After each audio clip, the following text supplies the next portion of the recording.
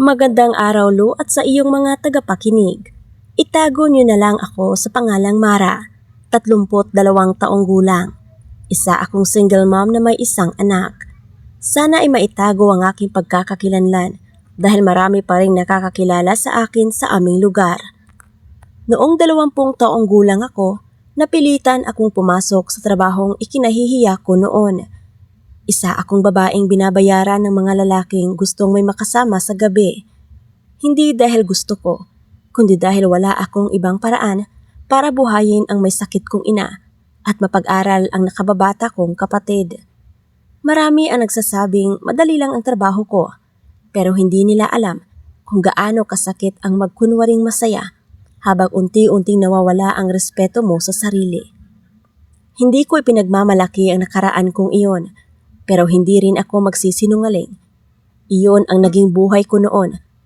Dahil sa trabahong iyon, marami ang nagsamantala sa akin. Akala nila, dahil nabibili ang oras ko, mabibili na rin pati ang pagkatao ko.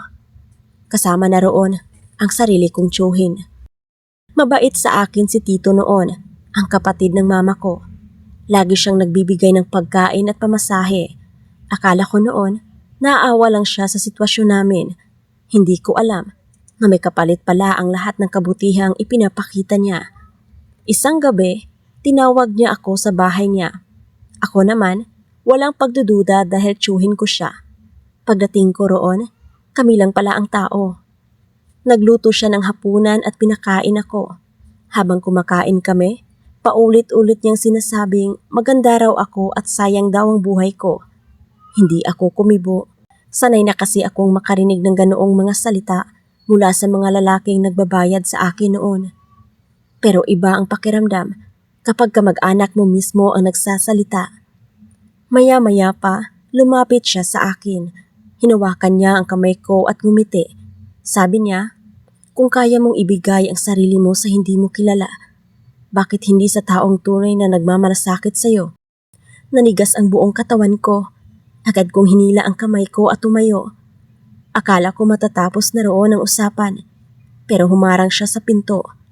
Paulit-ulit niyang sinasabing wala raw siyang masamang balak at huwag ko raw siyang intindihin ng mali. Habang nagsasalita siya, lalo siyang lumalapit.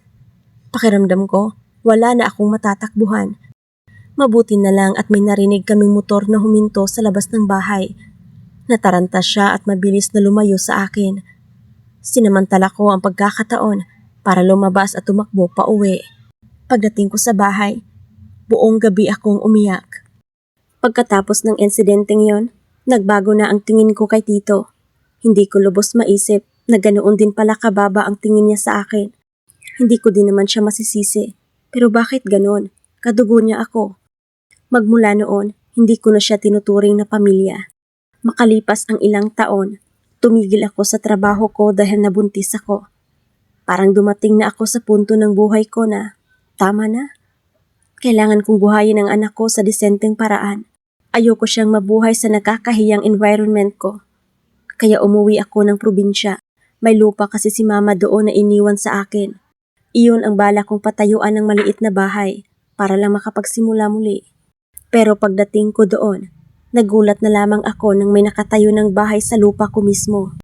Tinanong ko yung may-ari at ang sabi, binili raw nila ang lupa at 5 taon na raw silang nakatira doon. Para akong nawala ng lakas matapos nilang sabihin, si Tito raw ang nagbenta ng lupa sa kanila. Ang walang kwenta kong tiyuhin na hindi naka-score sa akin, kaya yung lupa ko ang pinagdidiskitahan. Tunay ngang binili nila ang lupa dahil meron silang pinapakitang papeles sa akin. Nakakapanlumo at nakakainis. Pati ba naman yun ipagkakait pa sa akin ng mundo? Unti-unti na akong pinanghinaan ng loob. Parang wala na akong pag-asang magbagong buhay. Ang hirap kasi mas madaling paniwalaan ng mga tao ang tiyuhin ko kaysa sa isang babaeng may madilim na nakaraan. Alam kong iisipin ng mga tao na pinagbili ko talaga ang lupa dahil bayaran ako dati. Mas masakit mahusgahan kaysa mawala ng ari-arian. Pero hindi ako sumuko. Humingi ako ng tulong sa isang abogado. Unti-unti naming napatunayan na may mga peking lagda at irregularidad sa mga dokumento. Hindi naging madali ang laban. Inabot ng ilang taon ang kaso. Maraming beses kong gustong umatras. Pero sa bawat pagkakataong naiisip kong iyon ang huling alaala ng mga magulang ko, lumalakas ulit ang loob ko. At dumating ang araw na nagdesisyon ng korte. Pinawalang bisa ang mga peking dokumento. Ibinalik sa akin ang karapatan sa lupang iniwan ng aking mga magulang. Hindi ko maipaliwanag ang naramdaman ko nang muli kong matapakan ang lupang matagal kong ipinaglaban. Napatunayan kong hindi kayang nakawin ng kahit sino ang katotohanan. Sa lahat ng nakikinig ngayon, gusto kong sabihin ito. Ang nakaraan natin ay hindi dapat maging sandata ng iba para agawin ang karapatan natin. Maaaring nagkamali tayo noon. Maaaring marami tayong pinagsisihan. Pero hindi ibig sabihin noon na wala na tayong karapatang lumaban. Maraming salamat, Lo, at sana magsilbi itong paalala na ang tunay na halaga ng tao ay hindi nasusukat sa kanyang nakaraan, kundi sa tapang niyang bumangon at ipaglaban ang tama.